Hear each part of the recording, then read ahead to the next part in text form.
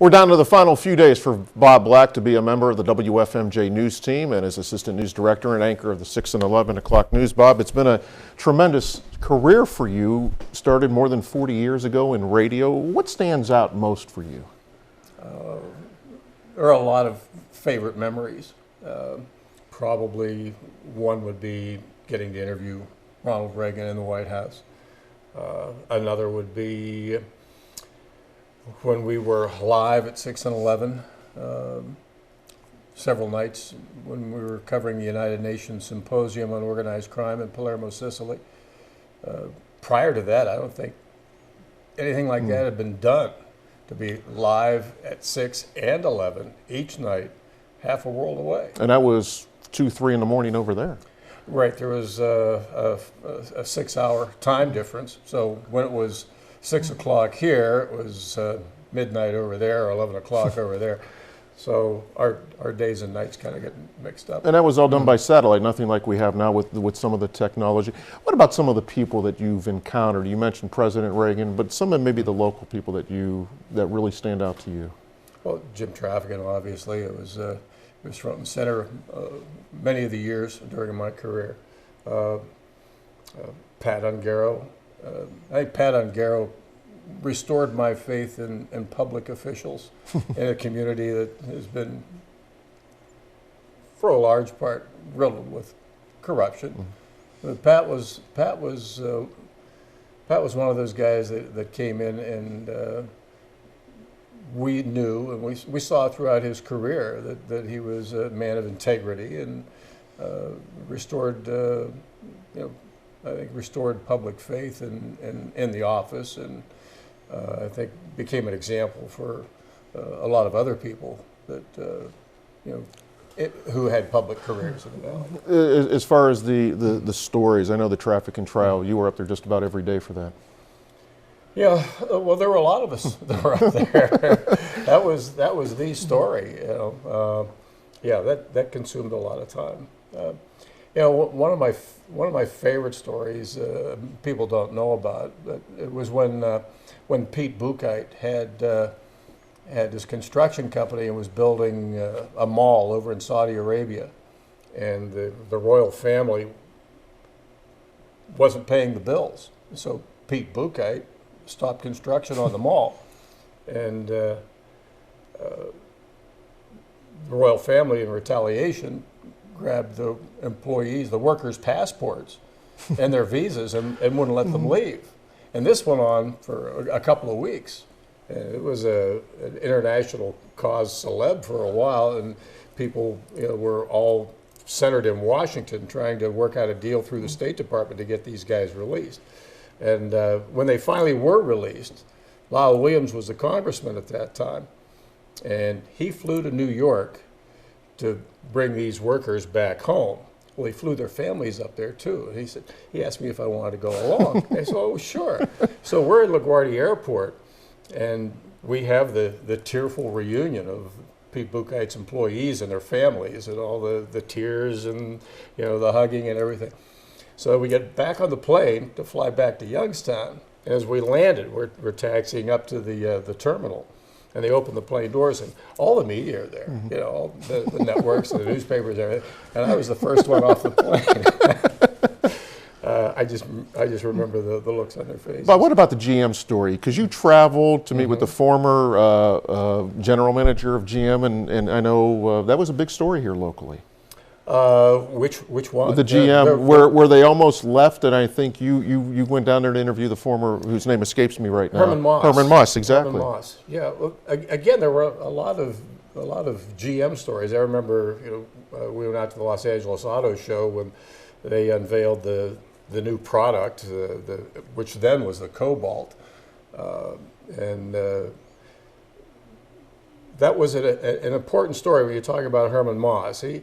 He and Al Lee, I think, joined forces and saved, I really do think, they saved the Lordstown General Motors operation because there was a time, and this was, I think, around 96, 95, 96, there was no product. And we went down to when Herman retired, he moved to Nashville, and we went down and talked to Herman about that. And Herman talked about when he came into the plant the second time, he was here twice, there were 6,000 grievances. And that's, he had to deal through that. But anyhow, he got a call from General Motors in Detroit. They told him, they said, "You have no product." And he talked to Ali. Incidentally, that was a unique arrangement too, because they shared their working quarters were very close by. And he turned to Ali and he says, "You know what? I don't know about you," he said, "but I don't want to be here if this place goes under." And they made a commitment to each other to clear the deck, get all these grievances taken care of, and work together to do what they could to secure a product for GM Lordstown. And I think it was on that moment, that day, that we saw a big turnaround in labor relations between General Motors and the UAW. You've covered so many stories, so many different avenues, from politics to fun stories. You mentioned the interview with President Reagan, but is there one story maybe that just stands out over your illustrious career? Illustrious, I don't know. I told you the Pete Buchheit story. Yeah. That's probably one of my favorites.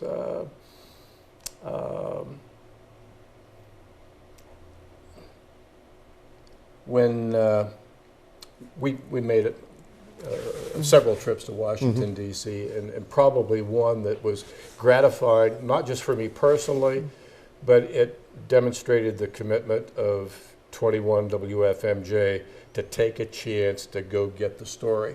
And that's when Tim Ryan was named to the Appropriations Committee.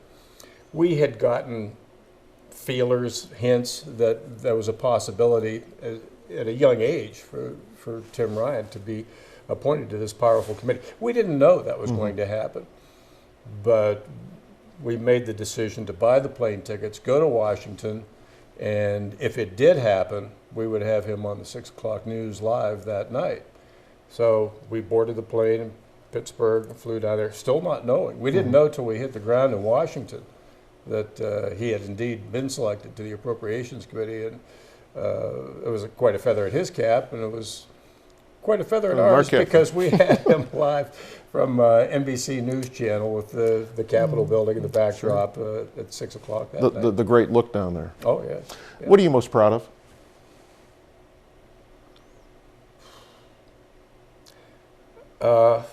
Collectively, I think most proud of the Emmy that the station got for Project Feed Our Valley. Yeah.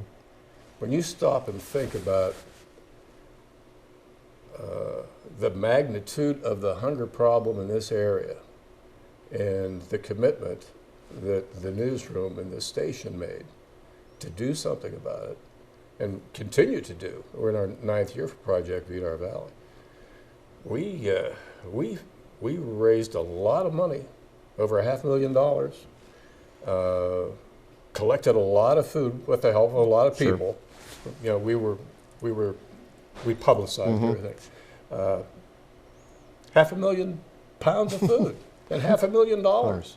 We did a lot of good for a lot of people, and to be recognized by for an Emmy for that. Absolutely. Just real proud. And Emmy, as a lot of people probably know, is the highest honor that basically a station can achieve, and that's good. Yeah. What advice do you give to young journalists coming into here? I know when you started here, you know, I was young at some point, and what advice would you give to young people getting involved? Learn everybody's job. Diversify yourself. There's no job too small that you can't learn from.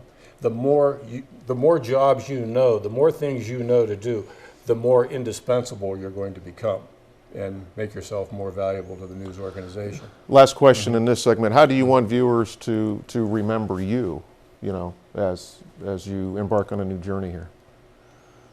Jeez, I don't know.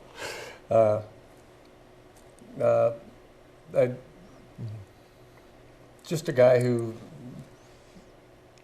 liked doing his job, enjoyed, and I enjoyed the career, and I'm just thankful that people thought enough of me as a person to invite me into their homes every night. That's pretty nice. Well, that's definitely a good answer there. What's next for Bob Black? We'll find out tomorrow.